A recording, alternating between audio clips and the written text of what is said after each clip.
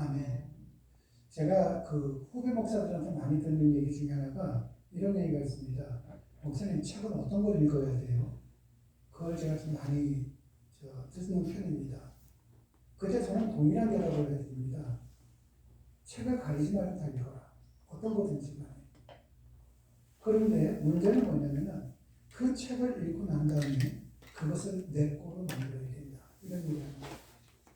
제가 차를 타고 나오면서 이제 사모에게 성경에 대한 거를 좀 얘기를 좀 하는 편입니다. 그런데 오늘은 그런 얘기를 했어요. 르완다라고 아프리카가 있는데 거기는 종족 간의 싸움이 일어납니다. 싸움이 일어나는데 그 르완다라는 나라는 두 개의 큰 종족이 있습니다. 후투족과 투치족이 있는데 후투족이 좀 많아요. 권력을 다 갖고 있습니다. 그런데 이 후투족에 있는 사람들이 1994년에 단 3달 동안 투치족 사람들을 죽이는데 어떻게 죽였느냐? 100만 명 가까이를 죽였습니다. 지금 러시아와 우크라이나 전쟁을 하고 있지 않습니까? 거기서 몇 사람이 죽었겠습니까? 그렇게 무기를 썼는데도 불구하고 지금 10만 명도 안 죽었잖아요. 근데 3달 동안 100만 명을 죽인 겁니다. 근데 그 죽인 사람들이 어디에서부터 죽였냐면 성당 앞마당에서 신부님들이 묵인하는 가운데에서 한 자리에서 5천 명씩 죽었습니다.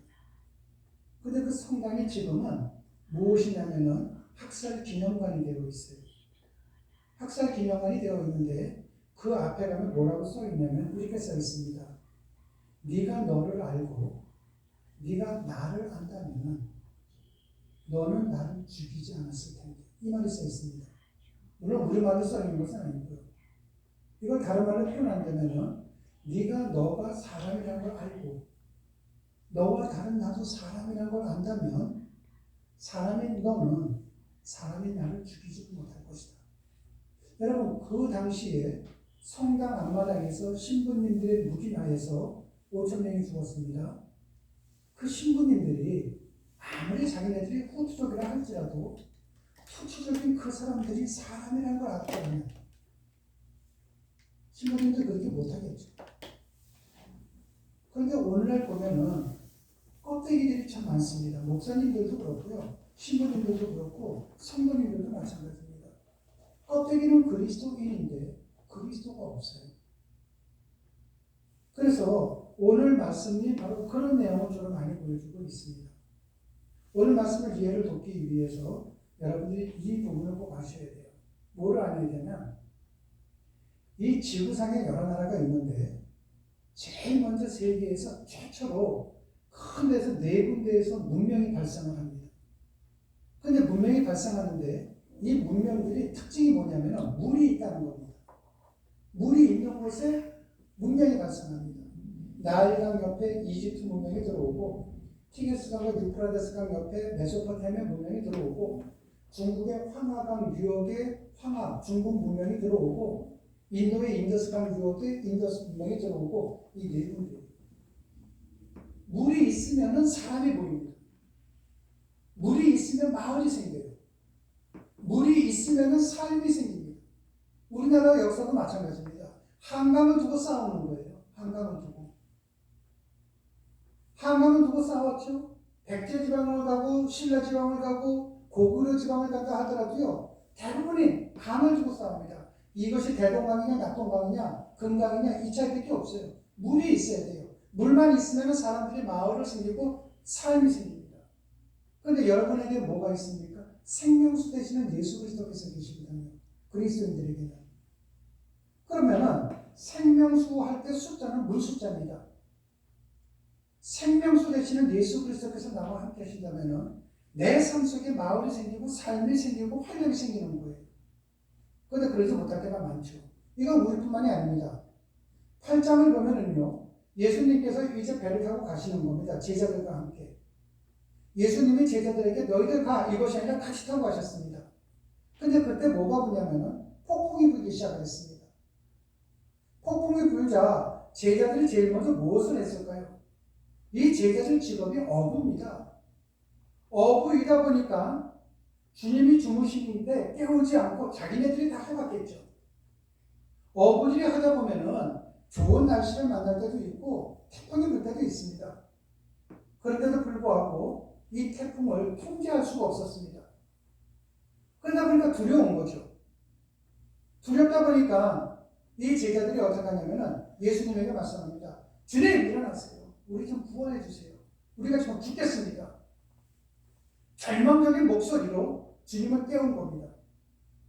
그런데 주님께서 일어나시면서 그래? 야 언제서부터 바람 불었니? 아까 전부터니? 너희들 뭐뭐 했었니? 안 물었습니다. 우리 주님께서 아이고 야 왜 진짜 좀 깨우지? 이러시지도 않으셨습니다. 우리 주님께서는요.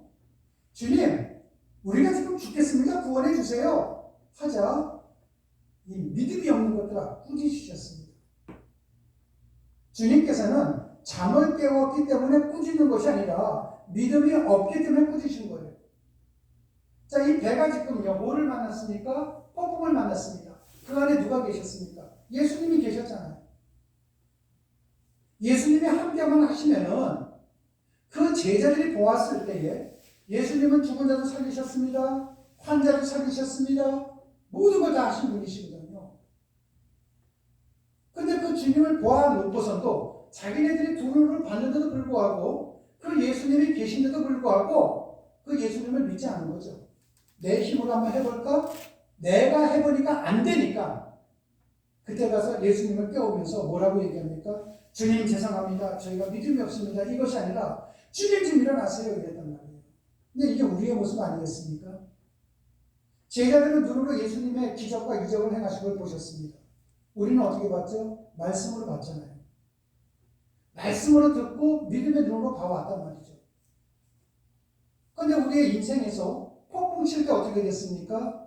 완전 나와 함께 하시는 주님, 무소부재 하신 주님을 믿는다고 하면서도 우리가 고작 할 수 있는 것은 이겁니다. 주님 도와주세요. 주님 살려주세요. 주님 고쳐주세요. 여러분 우리 한국 기독교인들이 제일 중요한 것이 뭐냐면 기도를 할 줄 몰라요. 기도는 하나님의 뜻을 강구하는 것이 기도인데 우리는 내 뜻을 전하는 것을 기도라고 얘기해요. 지금 여기 제자들이 어떻게 했습니까? 자기의 뜻을 구하잖아요. 주님 폭풍이 부니까 좀 살려주세요. 그런데 우리 주님께서 알았다 살려줄게 이러지 않잖아요. 꾸짖습니다.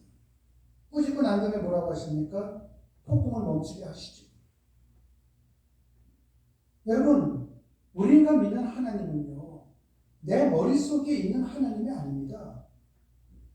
내 생각 속에 있는 하나님이 아니에요. 성경 속에 있는 하나님이시거든요.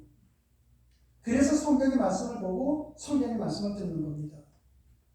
그 주님은 폭풍을 멈추게 하셨던 그 주님은요 2000년 전에 제자들의 주님만 되는 것이 아니라 지금 이 자리에 계시는 저와 여러분의 주님이시기도 합니다. 그분에게 꾸짖는 소리를 듣기를 원하신다면 주님 고쳐주세요. 주님 이렇게 해주세요. 여러분 우리가 생각을 해보세요. 우리 주님은 우리의 머리털까지 세신 분 아닙니까? 우리 모든 걸 다 아시는 분이라는 거죠. 그러면 내가 아픈 걸 모를까요? 내가 가난한 걸 모를까요? 나에게 문제가 있다는 걸 모를까요? 우리 가정에 어려움이 있다는 걸 모를까요? 다 아시잖아요. 다 아는데도 불구하고 그것을 기도하는 건 뭐를 뜻하는 겁니까? 주님은 모르잖아요. 이게 불신이에요. 그게 믿음이 없는 겁니다. 그런데 우리는 이러한 부분으로 지금까지 단련되어 왔기 때문에 세상 첫버릇이 여기까지 가다 보니까 비전교회에서 성막교회에서 거의 15년, 16년을 해와도 우리는 이걸 못 버리는 거예요. 누가 먼저 제일 먼저 버리냐가 굉장히 중요합니다. 이거는요. 굉장히 중요하죠. 만약에 여러분들이 그 목사님은 그렇게 기도 안 하세요? 예, 저 안 해요. 제가 어디가 아프다고 하더라도요. 그렇게 해본 적이 없어요. 힘들더라도 그렇게 해본 적 없습니다. 저는. 왜냐면 하나님은 다 알고 계시다고 믿고 있는 거거든요. 그래서 제가 낮아지는 가운데 내 삶을 하나님께 드린다면 하나님은 나를 책임져 주시겠지. 왜? 그분은 나와 함께 하시기 때문에. 인생은 고난의 바다를 항해하는 돛담배와 똑같습니다. 그런데 그 돛담배, 내 인생의 돛담배의 사공은 우리 주님이세요. 주님은 여러분의 주님이시기도 하시고요. 우리 인생에 불어닥치는 폭풍 다 알고 계십니다. 그러므로 여러분들이 하나님 앞에 기도할 때 내가 아직까지 믿음이 약한 거에 대해서 철저하게 회개하시면 됩니다. 두 번째로는요. 주님이 언제나 나와 함께하고 계심에 대해서 감사를 드려야만 됩니다. 세 번째로는요.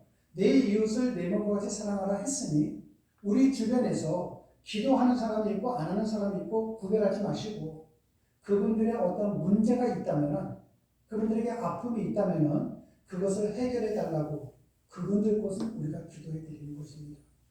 주님은 우리와 항상 함께 하시는 분이시라는 것 잊지 않는 여러분이 되시기를 주님의 이름으로 축원합니다. 아멘. 기도하시겠습니다. 사랑의 주님 참으로 고맙고 감사합니다.